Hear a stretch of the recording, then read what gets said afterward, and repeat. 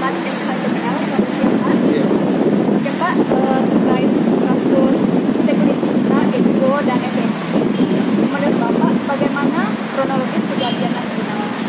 Baik, kalau kronologis yang dinyatakan tadi sesuai dengan aturan dari terdakwa ini juga akan saksi tentang cara pemeriksaan di kepolisian waktu itu. Jadi memang berawal dari Eko ini tanggal 31 Desember 2019 pada saat itu berpatroli rutin karena memang tugasnya. Nah, kemudian mereka berdua berjalan patroli, satu di pos dan satu bergantian patroli berjaga berjalan di dermaga di Pulau.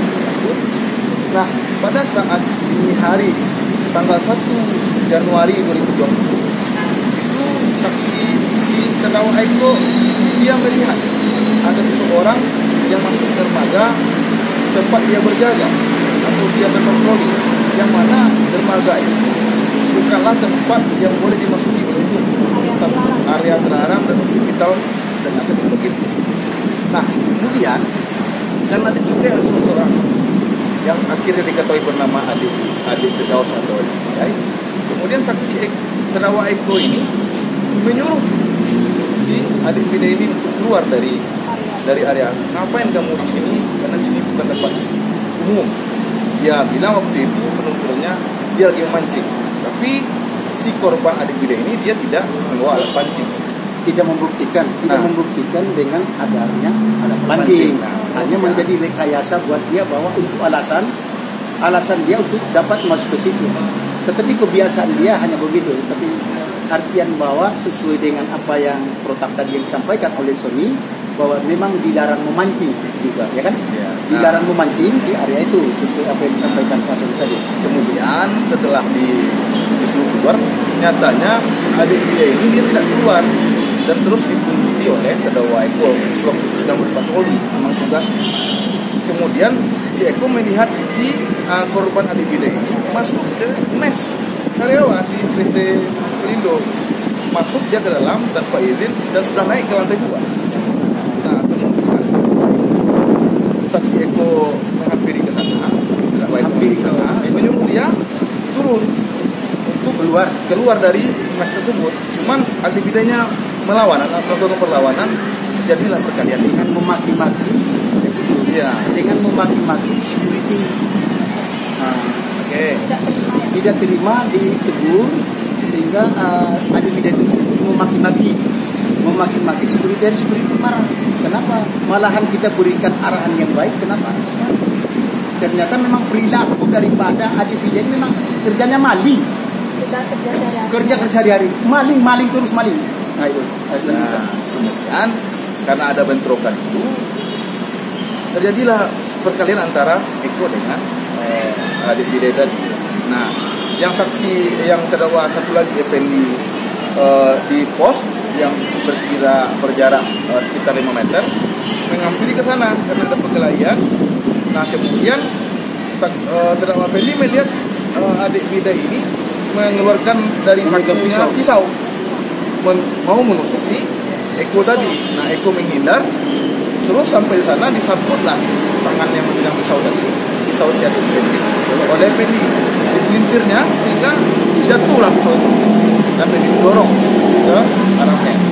Nah, sembari itu si Ekonya menghindar, si Effendi mengambil pisau tersebut untuk mengamankan karena dia juga tugas di sana. Nah, sembari dia jongkok untuk mengambil pisau, tiba-tiba adik Bida mengeluarkan golok mengeluarkan golok di dalam jaketnya, mengancam akan kubunuh kau. Bukan mengarah, langsung sudah dilakukan dan sudah bukan mengarah lagi, mencabut langsung mengayunkan untuk memotong leher daripada Effendi. Tetapi Effendi dengan sigap karena dia pemain silat atau bela dirinya, dia mengelak dan merunduk, lalu mengambil pisau tersebut langsung menikam paha pertama. Kemudian si adik Bida tersebut akan melakukan kembali, akhirnya diulangi untuk menusuk pahanya. Karena ditangkisnya lah pisau tersebut akhirnya kena dadanya. Jadi artian bahwa Effendi tersebut tidak ada niat untuk membunuh, tetapi hanya ingin melumpuhkan, sehingga masyarakat atau pekerja di pelabuhan itu tahu dengan perbuatan daripada Ade Fidai selama ini. Artian bahwa mengelumpuhkan tersebut supaya terbongkar selama ini apa yang selalu dilakukan oleh saudara Ade Fidai. Tetapi karena akibat daripada reaksi dia, daripada Ade Fidai tersebut, sehingga terjadilah kejadian tersebut. Jadi peristiwa tersebut bukan kehendak daripada security, tapi akibat daripada reaksi daripada Ade Fidai atau korban tersebut. Kenapa saya bilang demikian? Karena kalau sebagaimana yang disampaikan jaksa penuntut umum bahwa itu ada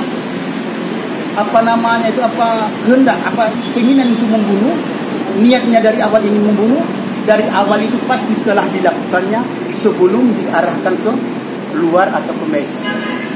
Tetapi karena reaksi dia, maka timbullah suatu peristiwa ini. Sampai apa yang disampaikan Sony tadi, bahwasanya sejak dari dermaga beton ke arah dermaga curah itu, andaikan saudara Eko dan Effendi tadi seperti tuntutan jaksa penuntut umum bahwa ada niat untuk melakukan pembunuhan itu dari awal sudah melakukan. Karena tidak adanya niat untuk membunuh, maka diberikan dia keluar dari sini. Jangan ada di sini karena ini daerah terlarang. Daerah terlarang. Kenapa terlarang? Sudah. Dia malahan itu pada saat itu informasi dari kita dapat dari security teman-temannya bahwa sudah ada foto dipampang di setiap pos bahwa Ade Fidai dilarang masuk. Tetapi masuknya itu dari menurut informasi dari security itu adalah dari tembok. Dan bukan hanya itu, dia selalu juga menggunakan sampan dengan alasan untuk memancing. Ternyata bukan memancing, tetapi alat yang digunakan itu adalah antena motor, antena radio, lalu diikat oleh bis berani atau apa namanya itu punya magnet untuk mengambil kunci-kunci dari di kapal itu, karena dia selalu melakukan pencurian di kapal. Dan sudah berapa kali menurut keterangan dari ini, dia sudah 8 kali, 7 kali menghadap ke Denpomal itu untuk meminta maaf dan sujud karena akibatnya selalu maling. Laporan-laporan di Polsek Kolpayur ya. Laporan Polsek Kolpayur sudah berapa kali itu? Sudah beberapa kali laporan itu bahwa dia pernah mengambil uang 15.000 US dollar ya, kalau tidak salah ya, 15.000 US dollar. Lalu laporan itu juga sudah dinaikkan, tetapi bagaimana mau ditindaklanjuti karena korbannya harus berlayar sehingga dilapankan lagi.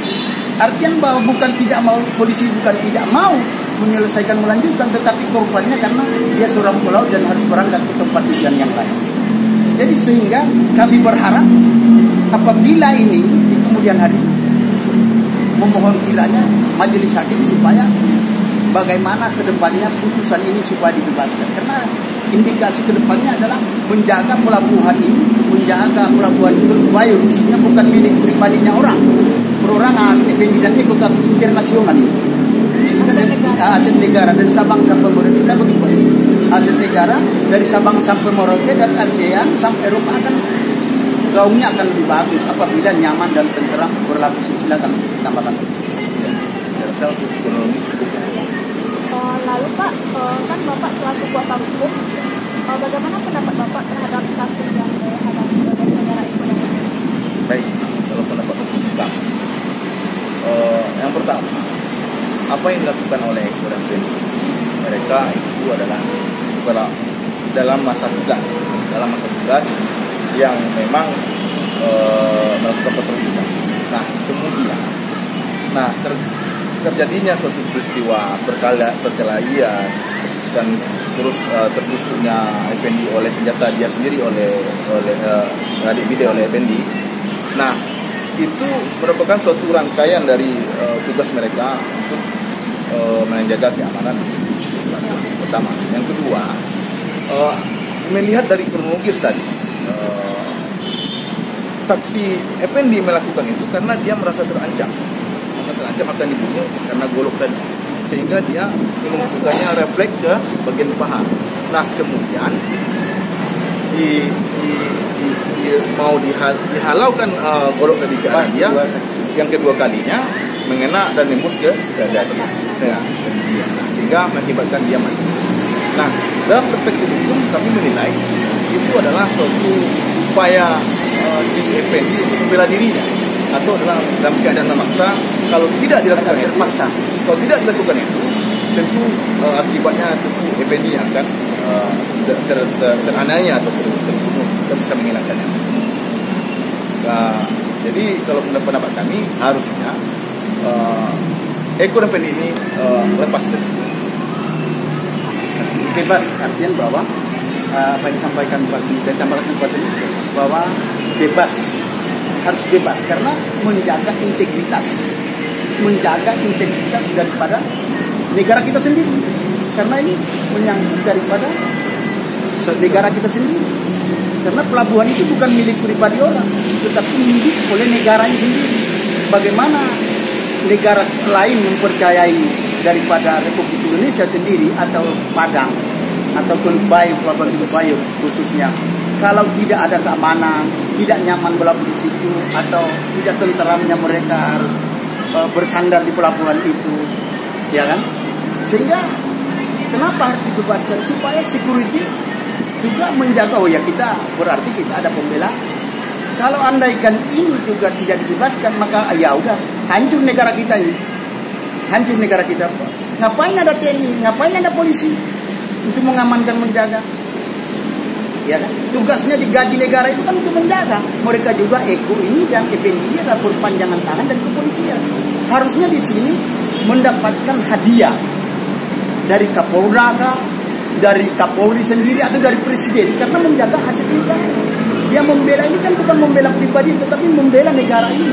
Bagaimana negara ini supaya lebih baik.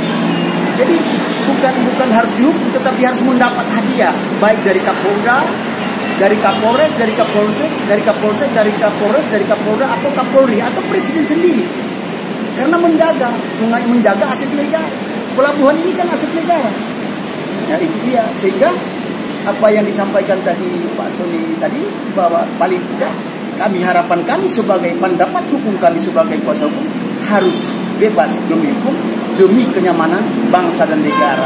Kalau ini juga terhukum, maka untuk apa lagi? Biasa-biasa orang maling ada sendiri, ngapain kita harus kalau umpama ada maling, kalau kita menjaga, kalau kita harus membela, lalu mereka terkapar, kita yang masuk penjara, ngapain? Masuk aja tuh. Umpama salah satu contoh kasus, saya masuk ke pengadilan sini, mau maling, ya bagaimana saya kalau bebas masuk aja? Kalau saya melarang segala macam dan tidak ada, bagaimana saya? Kan kira-kira begitu. Tambahkan sudah.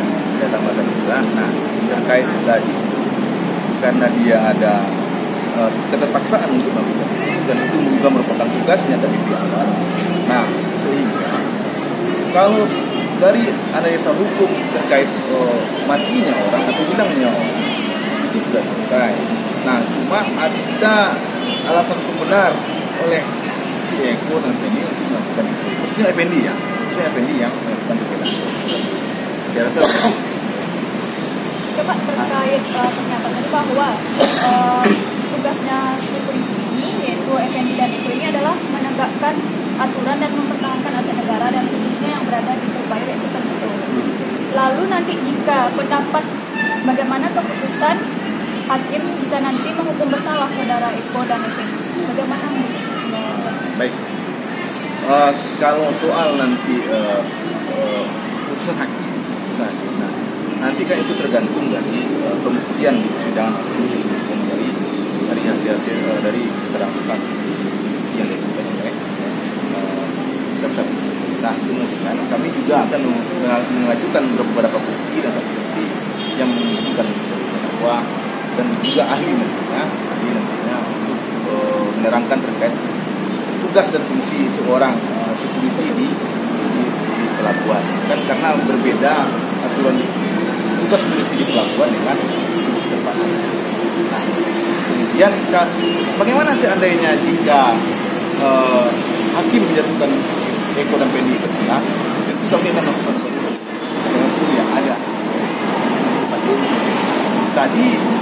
kita sudah sama-sama dengar hari ini sudah dibacakan putusan sela atas eksepsi kami, bahwa kami mengeksepsi bahwa dakwaan dari jaksa penuntut umum adalah kabur, terutama terkait tempus deliktinya atau waktu terjadinya tindak pidana, dan kemudian delik penyertaan yang dimuatkan oleh dalam dakwaan yang oleh jaksa penuntut umum yang tidak secara jelas menggambarkan keterlibatan antara Eko dengan Effendi dalam dakwaan.